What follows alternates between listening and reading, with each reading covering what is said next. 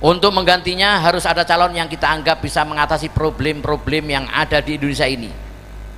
Calon yang kita yakini bisa untuk mengatasi problem di Indonesia ini adalah pasangan calon presiden dan wakil presiden Anies Rashid Baswedan dan Abdul Muhaimin Iskandar.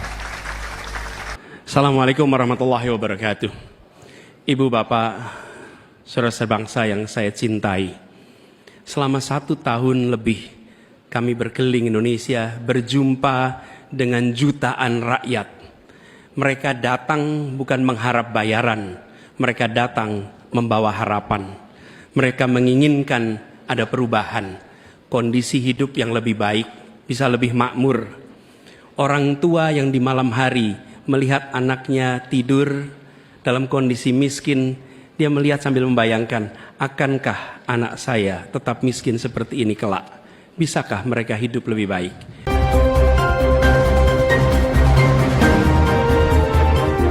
Welcome to your channel, Cross Cultural Institute, berdiri tegak di tengah. Assalamualaikum warahmatullahi wabarakatuh. Bismillahirrahmanirrahim. Alhamdulillah alladzi rafa'a darajatil ulama bil ulumi wal a'mal. Asyhadu an la ilaha illallah wahdahu la syarikalah wa asyhadu anna Muhammadan abduhu wa rasuluh. Allahumma salli wa sallim ala sayyidina Muhammad wa ala ali sayyidina Muhammad kama sallaita ala sayyidina Ibrahim fil alamin innaka Hamidum Majid. Amma ba'du. Hadratil muhtaramin, para kiai, para hadirin, langsung saja kami bacakan apa yang menjadi kesimpulan apa yang telah disampaikan oleh beliau Hadratus Syekh Kiai Muhammad Said Abdurrahim. Semoga dari apa yang telah dipaparkan menjadikan kita jauh lebih bisa memahami tentang arti dari sebuah politik, yang dengan politik itulah yang sekiranya akan bisa membawa, akan diarahkan kemana bangsa ini 5 tahun ke depan. Maka dari itu dalam kesimpulannya, pandai-pandailah memilih agar kita tidak masuk lubang untuk yang kedua kalinya dengan lubang yang sama. Sedikit kesimpulan yang bisa sampaikan, halaqah kebangsaan dan ijma ulama Jawa Timur dan Jawa Tengah untuk perubahan Indonesia di Pondok Pesantren Ma'hadul Ulum As-Syariah Sarang Rembang, Senin tanggal 25 Desember 2023 Masehi. Memilih pemimpin, apalagi memilih presiden dan wakil presiden, adalah tindakan yang bagi seorang merupakan hal yang harus dipertanggungjawabkan di sisi Allah Subhanahu wa Ta'ala. Bila demikian, lalu muncul pertanyaan, wajibkah kita menerapkan hukum syariat dalam memilih presiden di Indonesia ini? Ini perlu disebut terlebih dahulu karena mempertimbangkan asas kemanfaatan. Dalam pemilihan imam, presiden dan wakil presiden tentunya harus sesuai dengan kriteria-kriteria syar'i. Karena dalam pemilihan yang bersifat ikhtiari bukan syaukah. Oleh karena itu dalam pemilihan ini kita harus merujuk kepada standar-standar kriteria seorang presiden yang kita pilih. Kita semua wajib mengetahui dalam permasalahan pilihan presiden ini dengan kependekatan ilmu fikih. Walaupun pilihan presiden ini dilakukan dengan sistem demokrasi. Karena itu para santri dan para kiai punya tanggung jawab untuk menelaah dan mengkaji apa yang kurang memenuhi persyaratan atau kurang pas dengan nilai-nilai dilihat dari segi fikih. Menghadapi pilihan presiden, ada beberapa kalangan termasuk kiai mempertanyakan siapakah yang harus dipilih salah satu dari 3 pasangan calon yang ada. Menghadapi masalah ini, Allah Ta'ala sudah menentukan tata cara dalam mengambil keputusan pilihan tersebut. Allah berfirman, wa in tanaza'tum fi syai'in farudduhu ilallah war rasul in kuntum tu'minuna billahi wal yaumil akhir dzalika khairu wa ahsanu ta'wila. Wahai orang-orang yang beriman, taatilah Allah dan taatilah Rasul Muhammad sallallahu alaihi wasallam dan ulil amri sebagai pemegang kekuasaan di antara kalian. Kemudian jika kamu berbeda pendapat tentang sesuatu, maka kembalikanlah kepada Allah, Al-Quran dan Rasulnya atau sunnahnya. Jika kamu beriman kepada Allah dan hari kemudian, yang demikian itu lebih utama bagimu dan lebih baik akibatnya. Mengacu rujukan ini, Nabi telah menggariskan ketentuan memilih pejabat termasuk presiden. Beliau Nabi Muhammad sallallahu alaihi wasallam bersabda, "Man ista'mala 'amilan minal muslimin wa huwa ya'lamu anna fihim aula bidzalik minhu wa 'alamu bi kitabillah wa sunnati nabihi faqad khanallaha wa rasulah wa jami'al muslimin." Barang siapa memilih seseorang untuk dijadikan pemimpin pejabat sedang dia mengetahui ada orang lain yang lebih pantas dan pandai tentang Al-Quran dan sunnah Nabi, maka dia telah berkhianat kepada Allah dan Rasulnya dan orang-orang yang beriman. Hadis diriwayatkan oleh Imam Baihaqi. Dalam sistem demokrasi pertimbangan, apakah calon pemimpin yang kita pilih itu kotor, bersih, atau yang taat syariat, tidak harus menjadi pertimbangan yang penting. Dalam sistem demokrasi sepenuhnya diserahkan kepada pertimbangan rakyat. Oleh karenanya rakyat harus pandai-pandai memilih calon presiden. Dengan demikian dalam pemilihan presiden ini kita harus mewarnai dengan nilai-nilai syariat atau nilai-nilai fikih. Hal ini sah-sah saja karena Indonesia adalah negara demokrasi Pancasila, dan salah satu sila diantaranya adalah ketuhanan yang Maha Esa, yang dimana negara harus menjamin kebebasan warganya termasuk umat Islam untuk menjalankan syariat yang telah diyakini, termasuk syariat bahwa dalam pemilihan presiden itu calon yang dipilih harus sesuai dengan standar-standar yang syariat. Indonesia ini adalah negara yang sah menurut hukum fikih. Karena itu umat Islam berkewajiban untuk mempunyai imamul a'dham, yang disebutkan dalam sebuah riwayat, man mata bighairi imamin mata maitatan jahiliyatan. Orang yang mati tanpa imam maka mati seperti matinya orang jahiliyah. Naudzubillah. Oleh karena itu wajib memilih imam atau pemimpin.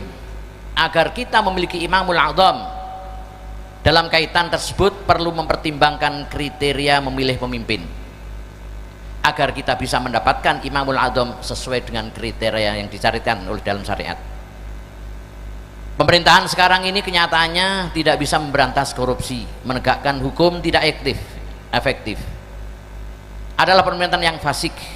Dalam kitab fikih dijelaskan, hukum asli tentang imam yang fasik harus diganti. Namun dalam kitab fikih juga disebutkan tidak boleh pemimpin dilengserkan. Sebagaimana bila dalam pemerintahan kerajaan, maka melengserkan pemimpin itu hukum asalnya tidak diperbolehkan, karena akan menimbulkan kekacauan.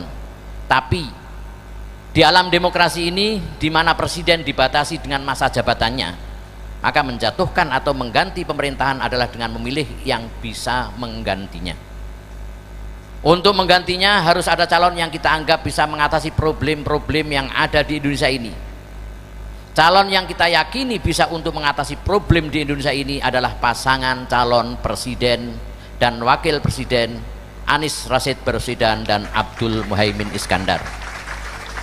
Maka dari itu dalam ijma ini bisa kita simpulkan kriteria-kriteria yang ada pada pribadi beliau berdua, yang dimana kita memiliki standar untuk memilihnya, sehingga ada banyak alasan kenapa kita harus memilihnya.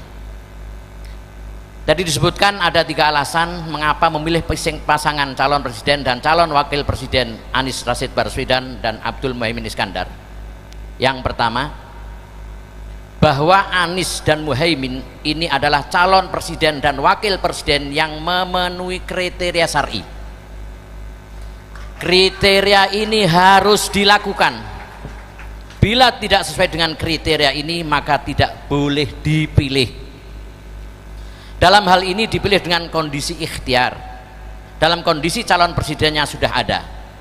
Sebagai pasangan calon presiden dan calon wakil presiden, kita ditawari untuk memilih, berarti kita harus memilih yang paling ideal, paling baik, paling taat, paling a'lam. Salah satu kriteria calon presiden adalah dia adalah a'lam, dia lebih tahu tentang agama, yang dalam kitab-kitab disebutkan berilmu agama dalam hal perangkat-perangkat yang berkaitan dengan ijtihad. Qul ya Allahumma malikal mulki tu'ti mulka man tasya wa tanziul mulka mimman tasya. Bahwa Tuhan akan memberikan dan mencabut dari yang dikehendaki. Karena itu kami dalam berjuang menyadari betul cinta kasih, welas asih, ketulusan, keteguhan menjadi bagian dari perjuangan ini. Tapi hal itu terlalu berat. Namun setidaknya alam dalam masalah agama.